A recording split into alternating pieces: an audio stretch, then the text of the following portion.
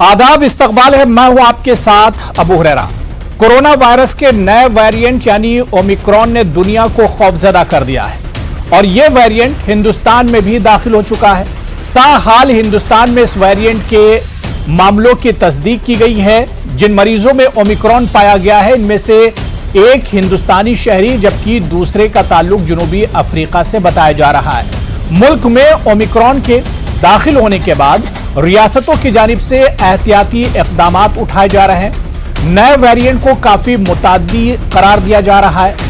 ऐसे में सभी को मोहतात रहने की जरूरत है, लेकिन अहम सवाल यह उठता है कि सरकार की आखिर तैयारी क्या कुछ है। अब की बार कोरोना से लड़ने के लिए हमारी तैयारी कैसी है, इस पर भी हम बात करेंगे और इसके अलावा इस नए वेरिएंट का खतरा कितना ज्यादा है इस पर भी हम बात करेंगे और इसके अलावा किस तरह की एहतियात की जरूरत होगी। बहुत खास मेहमान मेरे साथ जुड़े हुए हैं। बहुत जल्दी अपने मेहमानों का आपसे तारुफ करा देता हूं। मेरे साथ डॉक्टर एमएस कंवर जी, रेस्पिरेटरी मेडिसिन एक्सपर्ट हैं। डॉक्टर शारिक अकील साहब, चीफ मेडिकल ऑफिसर है अलीगढ़ मुस्लिम यूनिवर्सिटी से मेरे साथ जुड़े हुए हैं। डॉक्टर यश गुलाटी साहब ऑर्थोपेडिक सर्जन हैं और doctor Manisha Bangar senior consultant हैं, हेपाटोलॉजिस्ट हैं, वो भी मेरे साथ जुड़ी हुई हैदराबाद से।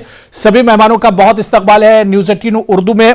मैं सबसे पहले डॉक्टर एमएस कंवर जी, बहुत सर मुख्तसर में जो नया वेरिएंट आया ओमिक्रॉन, इसे बड़ा खतरा बताया जा रहा है। किस तरह से इसे लिया जाना चाहिए? दुनिया के कई कंट्रीज तक ये पहुंच चुका और इंडिया में इसने दस्तक दे दी है। इसकी रैपिड बहुत रैपिड स्प्रेड है अबू भाई, क्योंकि इसकी ट्रांसमिशन बहुत ज्यादा है, तकरीबन up to 6 times faster than Delta variant. इसीलिए विद इन 5 days ये 12 कंट्रीज में पहुंच गया और उसके बाद बढ़ते जा रहा है, अब तकरीबन 25 कंट्रीज में पहुंच चुका है। लेकिन दूसरी अहम बात यह है कि क्या ये उतना ही खतरनाक है जितना डेल्टा वेरिएंट था? अभी तक के जो जितने भी इंडिकेशंस हैं साउथ अफ्रीका से या दूसरे कंट्रीज से जहां जहां भी फैल चुका है, वहां से यही इंडिकेशन मिल रही है कि ये माइल्डर स्ट्रेन है और इसमें हॉस्पिटलाइजेशन की या आईसीयू की एडमिशन की नौबत ज्यादा नहीं आ रही और जो हॉस्पिटलाइज हुए भी हैं वो एहतियात के तौर पे हो रहे हैं, ना कि इसलिए कि बहुत ज्यादा सिक हो गए। सो मैं सोचता हूं कि ये एहतियात बरतनी बहुत जरूरी है। इसके एक और चीज भी तरीके से भी देखा जा सकता है कि अगर ये वेरिएंट डेल्टा को रिप्लेस कर सकता है, जो कि कर रहा है, और साउथ अफ्रीका में 90% अब ये बहुत रैपिडली उसको डेल्टा को रिप्लेस कर रहा है, तो अगर दूसरे कंट्रीज में भी रिप्लेस कर रहा है और ये कहीं माइल्डर वेरिएंट अगर है एज कंपेयर टू डेल्टा, तो ये बुरी बात भी नहीं है, क्योंकि इससे हमें इम्यूनिटी मिल जाएगी। एट द सेम टाइम एक वायरस की तरह निकल जाएगा जिसमें कि सिम्टम वो नहीं होंगे, जिसमें कि ब्रेथलेसनेस, ऑक्सीजन फॉल, सब कुछ हो रहा है।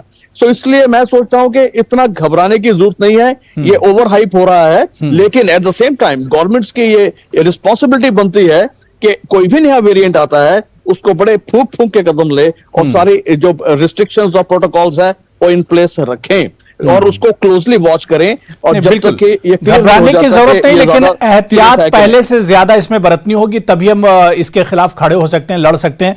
डॉक्टर शारिक अकील साहब, मैं आपके पास आना चाहूंगा। जिस तरह से डॉक्टर एमएस कंवर ने कहा कि घबराने की जरूरत नहीं, लेकिन सर एक चीज ये भी है कि जो दुश्मन हमारे सामने उसके बारे में जानकारी कम है, हमें खतरा बड़ा, जानकारी कम है। हाँ अबू साहब, देखिए, चूंकि अभी आज 9वां दिन है इस वायरस को, 24 नवंबर को ये वायरस आया है, तो बहुत ज्यादा हमें मालूमात तो नहीं है, लेकिन अब तक 375 केसेस पूरी दुनिया से तकरीबन 30 ममालिक से आ चुके हैं। इसमें सबसे बड़ा तोड़ यही है कि कोविड अप्रोप्रिएट बिहेवियर हम अपनाएं।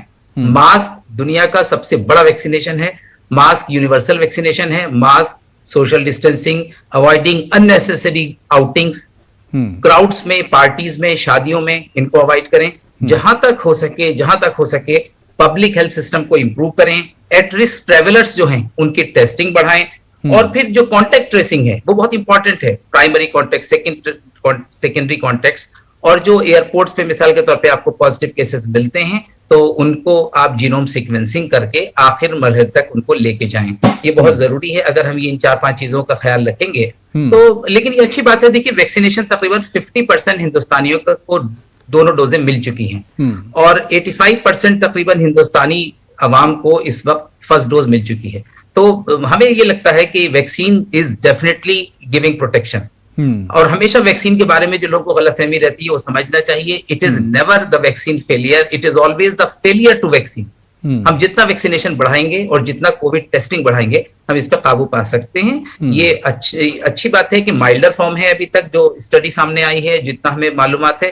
दूसरी बात है कि ऑक्सीजन डिप नहीं हो रही, इसमें वो स्मेल और वो टेस्ट लॉस नहीं हो रहा। इसमें माइल्ड सिम्टम्स हैं, बुखार है, मसल पेन है, बॉडी एक है, टायर्डनेस है, वगैरह वगैरह। तो अच्छी बात है, उम्मीद है कि जितनी तेजी के साथ हम वैक्सीनेशन बढ़ाएंगे और जितनी तेजी उससे भी ज्यादा कोविड एप्रोप्रिएट बिहेवियर बहुत इंपॉर्टेंट। नहीं, बिल्कुल। अब उन लोगों को भी ये समझ लेना चाहिए जो लोग अभी तक वैक्सीन से भाग रहे थे या जो अभी तक समझ नहीं पा रहे हैं इसे, वैक्सीन अब बहुत जरूरी हो गई। मैं डॉक्टर यश गुलाटी जी आपके पास आना चाहूंगा। सर, वैक्सीन, क्योंकि हिंदुस्तान में तकरीबन 50% वैक्सीनेशन हो चुका है, लेकिन अब यहां से वैक्सीनेशन की रफ्तार भी बढ़ानी होगी।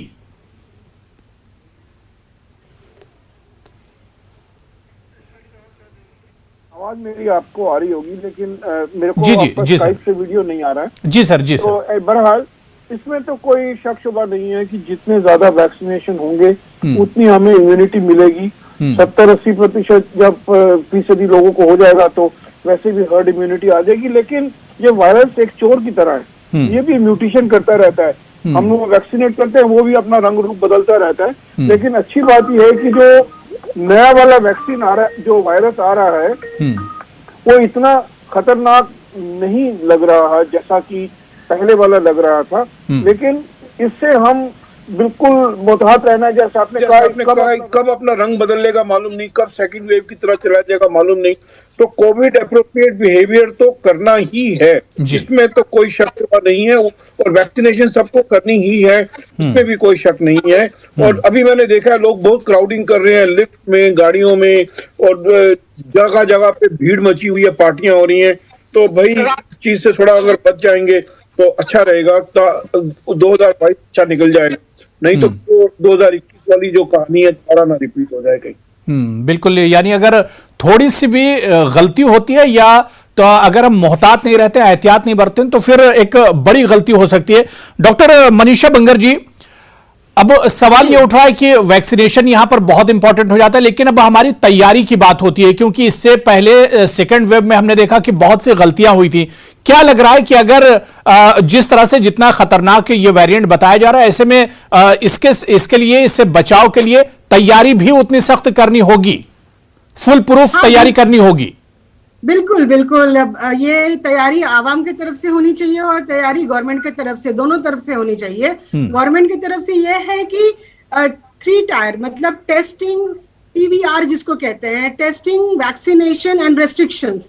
तो जिस तरह से भी कर्नाटक में दो केसेस पकड़ी गई और उसके इमीडिएटली सिद्धारमैया जो सीएम है उन्होंने मीटिंग लगाई और एहतियात बरतने के सारे काम हो रहे हैं।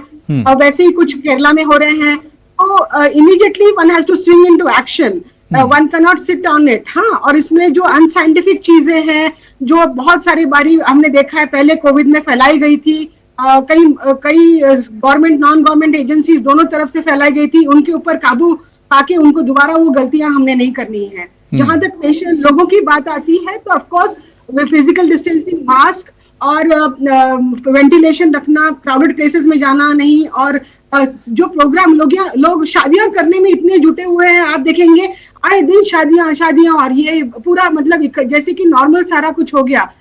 इस तरह से बहुत मतलब लूज गार्ड नहीं करना है। जहां तक वैक्सीनेशन की बात आती है, काफी सारे लोग अभी भी लोगों ने वैक्सीन नहीं ली है, उनको लेना बहुत जरूरी है। कई लोग पूछते हैं कि अभी कोविशील्ड के बगैर उसको बहुत टाइम लगने वाला है, 84 डेज के बाद में सेकेंड डोज होता है, तो क्या हम कोवैक्सीन ले सकते हैं? नहीं, बिल्कुल ऐसा नहीं कर सकते। कोविशील्ड लिया है तो कोविशील्ड ही लेना होगा, लेकिन अभी तक मैक्सिमम लोगों की वैक्सीनेशन पूरी हो जानी चाहिए थी। तो दोनों तरफ से इसको स्पीड आना जरूरी है। बिल्कुल, बड़ी अच्छी बात आपने कही कि कोरोना का असर कम हुआ तो लोग शादियों के पीछे पड़ गए, दो चीजें हमने देखी, एक तो शादियों का चलन बहुत ज्यादा बढ़ा कोरोना के कमजोर होने के बाद, और दूसरी सियासत, पॉलिटिकल जो रैलीज थी, जलसे जुलूस, इनकी तादाद बहुत बढ़ गई। इस पर भी बहुत फोकस करना होगा।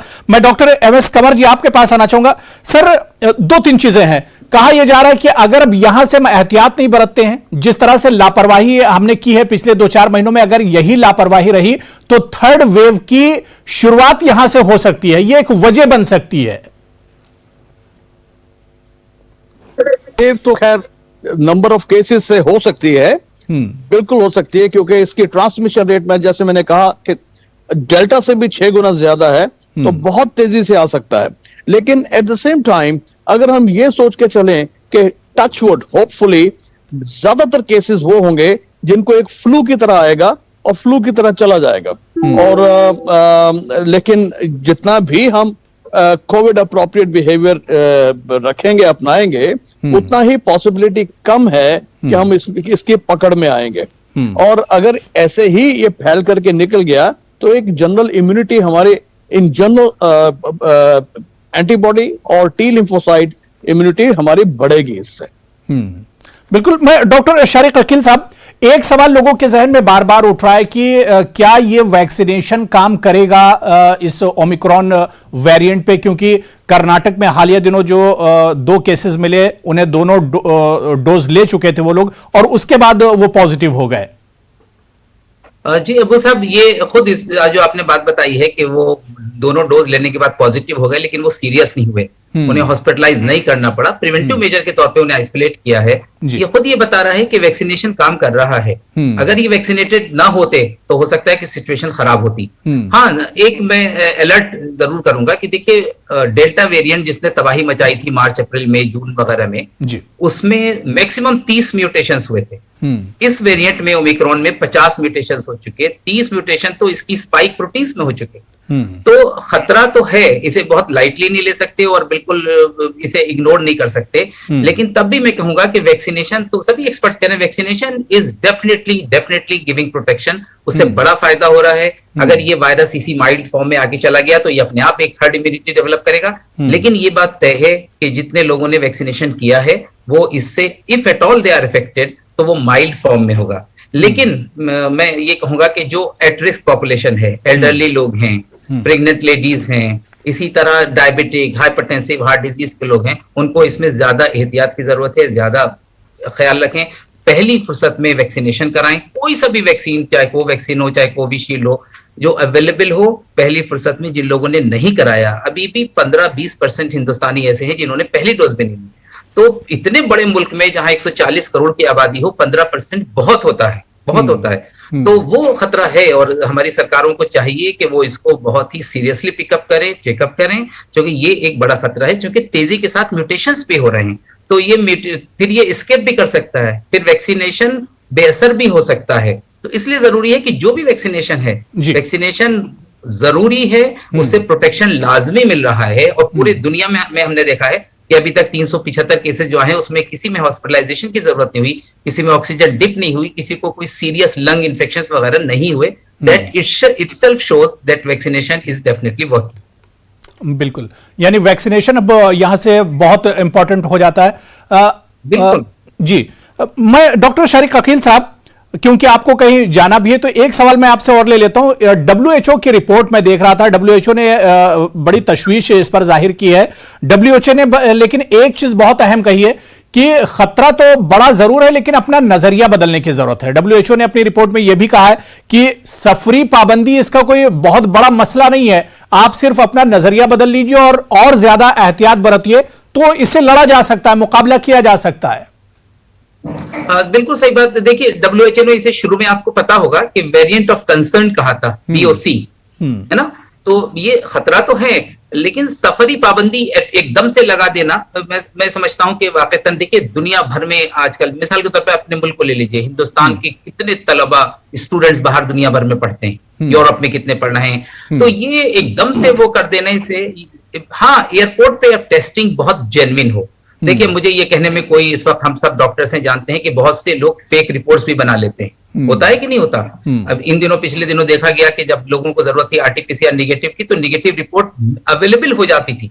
ये नहीं होना चाहिए। स्ट्रिक्ट गाइडलाइंस होनी चाहिए कि टेस्टिंग हो तो 100% जेन्युइन हो। एक बात। दूसरी बात ये कि जो WHO ने जो खतरा बताया था और ये कहा कि एयरलाइंस वगैरह, अब आपको शायद पता होगा, मैं बिल्कुल आपको ब्रेकिंग न्यूज बताता हूं। इस वक्त गवर्नमेंट की जो कमेटी उसने सिफारिश की है कि हिंदुस्तान में अबव 40 जो लोग हैं वो बूस्टर डोज भी लगवाएं।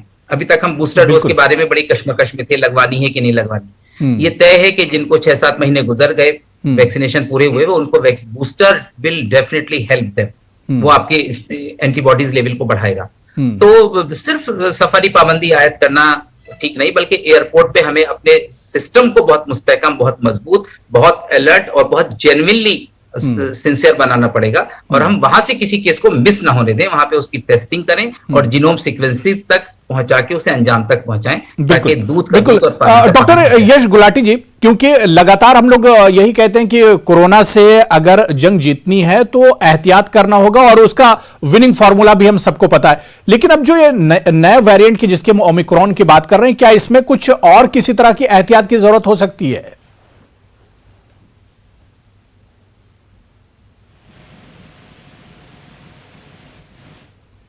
गुलाटी जी मुझे सुन पा रहे हैं सर? ठीक है, मैं मनीषा बंगर जी, यही सवाल आपसे भी कि कोरोना के बारे में तो यही शुरू से कहा जा रहा था कि जब तक वैक्सीन नहीं था कि जितना ज्यादा हम एहतियात करेंगे उतनी आसानी से हम कोरोना को शिकस्त दे सकते हैं। अब क्योंकि दुश्मन नया है, वेरिएंट नया है, तो ऐसे में क्या कुछ और तरह की एहतियात की जरूरत होगी इसके सामने? होता है क्या है कि जो वायरस जिसकी ट्रांसमिसिबिलिटी ज्यादा होती है, ये पाया जाता है कि उसकी सिवियरिटी भी ज्यादा होती है। लेकिन क्योंकि एक बड़ी पॉपुलेशन वैक्सीनेटेड है, इस वजह से ऐसा किया जा रहा है, समझा जा रहा है कि ये बहुत माइल्ड है, और हालांकि सिम्टम्स भी वैसे ही पेशेंट्स को आए हुए हैं। लेकिन इसका मतलब ये नहीं कि इसका और भी ज्यादा म्यूटेशंस, ये अपने आप में वेरिएंट भी अपने आप में काफी बार म्यूटेट कर सकता है, और उस वजह से इमीडिएटली, जैसे कि सेकेंड वेव में ओवरनाइट, मतलब 2 दिन के गैप के अंदर 24 आवर्स के अंदर में लोग त्राही मच गई थी, तो वैसा भी हो सकता है।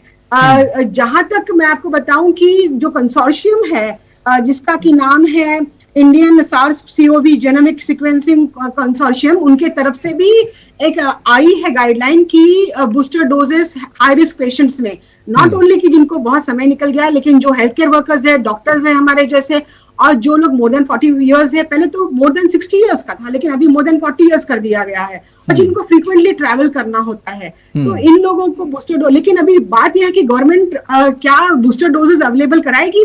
मैं आपको बताती हूँ डॉक्टर होने के नाते कि हाल ही में, हार्डली एक वीक के पहले, जब बहुत सारे डॉक्टर्स ने बूस्टर डोज लेना चाहा गवर्नमेंट एजेंसी से, गवर्नमेंट हॉस्पिटल से, उनको नहीं मिला। तो यह मतलब गवर्नमेंट को और मिनिस्ट्री ऑफ हेल्थ और मनसुख मंदोया जी जो हमारे मिनिस्टर हैं, उनको बहुत ही क्विकली इसके ऊपर डिसीजंस लेने होंगे और उनको लागू करके इन हाई रिस्क पेशेंट्स को कवर करने पड़ेंगे। तो ये मल्टी प्राउंड प्रोसेस है, there is no single process, but then इसमें एहतियात जो बरतने की, पब्लिक ने बिल्कुल लूज नहीं करना है गार्ड, और उनको वैसे ही उसी तरह से सीरियसली ही लेना है। मैं डॉक्टर एमएस कंवर जी, आमतौर से सवाल ये किया जाता है कि अब ये कोरोना क्या हमेशा के लिए आ गया, इससे छुटकारा नहीं मिलेगा, क्योंकि अब जो वेरिएंट आया ये बताया जाता है कि री इन्फेक्शन इसका बहुत ज्यादा होता है। छुटकारा सर इससे कब मिलेगा, कैसे मिलेगा? हम पहले भी कहते आए हैं अबू भाई कि ये एक ऐसा वायरस है जो कि पेंडेमिक से एक एंडेमिक रूप अख्तियार करेगा, और फिर बीच में it will die off also, लेकिन थोड़ा थोड़ा स्पोरेडिक हियर एंड देयर चलता रहेगा, और नए नए वेरिएंट थोड़े थोड़े अगर बनते जाते हैं तो इट्स नॉट ए सरप्राइज। और म्यूटेशंस तो इसकी लगातार होती ही रहती हैं, लेकिन जब ज्यादा म्यूटेशंस होके कोई एक नई शेप ले लेता है तो हम उसको वेरिएंट कह देते हैं, जिसमें कई तरह के डिफरेंट चीजें आ जाती हैं। तो ये चीजें तो होती रहेंगी, लेकिन इट्स सो इम्पोर्टेंट कि हमारे बूस्टर भी जिनको ड्यू हैं उनको लगने शुरू हो जाएं, और दुनिया भर में अगर वैक्सीनेशन पूरी हो जाती है तो उतना ही हम पॉसिबिलिटी कम हो जाती है कि वेरिएशंस कम हो, म्यूटेशंस कम हो। जितना कम वैक्सीनेशन होगी उतने ही म्यूटेशंस की पॉसिबिलिटी ज्यादा रहती है। सो ज्यादा अगर हम इन चीजों पे मैं शारिक अकील साहब आ रहा हूं सर, मिनिमाइज कर सकते हैं, जो कि एक we'll have to live with this virus। और ये 1 साल में 6 महीने में जाने वाला नहीं है, ये थोड़ा थोड़ा चलता रहेगा, लेकिन probably hopefully ऐसी सिचुएशन नहीं आएगी जो डेल्टा के टाइम पे आई थी। होपफुली जो जिसको कहते हैं the virus may have run its course in a very fulminant manner, और लेकिन कम विरुलेंस की सिचुएशन बीच बीच में बनी रहेगी। Will be watchful for that, और हमें वैक्सीनेशन पे मैक्सिमम ध्यान देना है। और वैक्सीनेशन में भी जो नए वेरिएंट्स है उसमें ट्वीकिंग करनी होती है। वैक्सीन जो नए लॉट्स बन रहे हैं उसमें वो मॉडिफिकेशंस करते हैं ताकि वो चीजें प्रोटीन के स्ट्रक्चर में मॉडिफाई करके जो स्पाइक प्रोटीन में जो चेंजेस करनी होती हैं वो करके वैक्सीन को मॉडिफाई किया जाता है। वो भी साथ साथ होनी चाहिए सारी वैक्सीन कंपनीज की तरफ से। बिल्कुल। डॉक्टर शारिक अकील साहब, आप सर कुछ कहना चाह रहे थे? जी अबू साहब, मैं ये कह रहा था कि हम अपने स्टूडेंट्स को भी ये पढ़ाते हैं कि आप कितनी अच्छी दवा और वैक्सीनेशन और कितना अच्छा आप इंसुलिन दे दीजिए, लेकिन डायबिटीज के पेशेंट को इलाज अपना खुद करना है, डॉक्टर नहीं कर सकता। बड़ी से बड़ी दवा काम नहीं करेगी जब तक मरीज खुद एहतियात नहीं करेगा। बिल्कुल इसी तरह इस कोविड के साथ है। अब इस चेन को तोड़ने का एक ही रास्ता, वाहिद रास्ता है Covid appropriate behaviour, which is much more important than vaccination. तो अगर हम वैक्सीनेशन के साथ साथ कोविड एप्रोप्रिएट बिहेवियर अपना रहे हैं और उसको नहीं भूल रहे हैं, ये बड़ी चिंता की बात है, बहुत फिक्र की बात है कि इतनी तेजी के साथ शादियां और फंक्शंस और इवेंट्स हो रही हैं। और मुझे खतरा है जो फेस्टिविटीज क्रिसमस और न्यू ईयर की आने वाली हैं, तो मैं यहाँ अलर्ट करना चाहूंगा सभी लोगों को कि वो इसमें बहुत एहतियात रखें। आने वाले दिनों में फेस्टिविटीज में सोशल डिस्टेंसिंग का ख्याल रखें, कोशिश करें कि जो कुछ करना है अपने घर के अंदर करें। और इलाज अल्टीमेटली, जो मैंने मिसाल दी शुगर के पेशेंट की, आप कितना इंसुलिन की डोज बढ़ाते रहें, लेकिन जब तक आप एहतियात नहीं करेंगे शुगर की, ये मुश्किल है। बिल्कुल, यानी एहतियात खुद से करनी है। ये हर किसी के हिसाब से अपनी जान की हिफाजत खुद करनी, और एहतियात जब तक खुद से नहीं करेंगे, कोई भी दवा आप ले लें, जब तक एहतियात नहीं करेंगे तो वो दवा भी एक तरह से काम नहीं करेगी। और बड़ी अच्छी मिसाल डॉक्टर शारिक अकील साहब ने दी है। मैं मनीषा बंगर जी, बहुत मुख्तसर में, क्या आपको लगता है, क्योंकि यहां पर हम लोग यही बात कर रहे हैं कि वैक्सीनेशन यहां पर बहुत इंपॉर्टेंट है, लेकिन अभी भी एक बड़ी तादाद ऐसी जिनका वैक्सीनेशन नहीं हुआ है, वैक्सीन नहीं लिए, क्या हिंदुस्तान जैसे मुल्क में जहां पर दिन में लोग बिजी रहते हैं, काम से निकल जाते हैं, बहुत सी एक्टिविटीज दिन में होती है, तो रात में यानी दूसरे वक्त में वैक्सीनेशन का यहां पर सिलसिला शुरू करने की जरूरत है? बिल्कुल बिल्कुल। मतलब हम सरकार ने जिस तरह से हमने पोलियो को यहाँ से इरेडिकेट किया, स्मॉल पॉक्स इरेडिकेट किया, so we have to be very very aggressive, especially when so much of economy is involve, so much of lives are involve. और हमारे सामने सेकेंड वेव का बहुत ज्यादा बुरा हमारा वक्त गुजरा है, and we have just about started to come out of it. ऐसी सिचुएशन में तो जो मुमकिन हो पाएगा, जो हो सकता है, coverage of the population is 100% important, और वो 100% कवरेज होना बहुत जरूरी है। और हाई रिस्क पेशेंट्स को, क्योंकि ये वेरिएंट आ रहा है और अगले भी वेरिएंट्स आते रहेंगे, we have to cover them, उनको कवर करना बहुत ज्यादा जरूरी है। बिल्कुल। तो खतरा जरूर बड़ा है, लेकिन डरने की जरूरत नहीं है। अगर आप एहतियात बरतते हैं तो इस खतरे से मुकाबला किया जा सकता है। बहुत बहुत शुक्रिया, बड़ी अच्छी बातचीत हुई। डॉक्टर मनीषा बंगर जी, डॉक्टर MS कंवर जी, डॉक्टर शारिक अकील साहब और डॉक्टर यश गुलाटी जी, सभी का बहुत बहुत शुक्रिया डिबेट में जुड़ने के लिए। आदाब।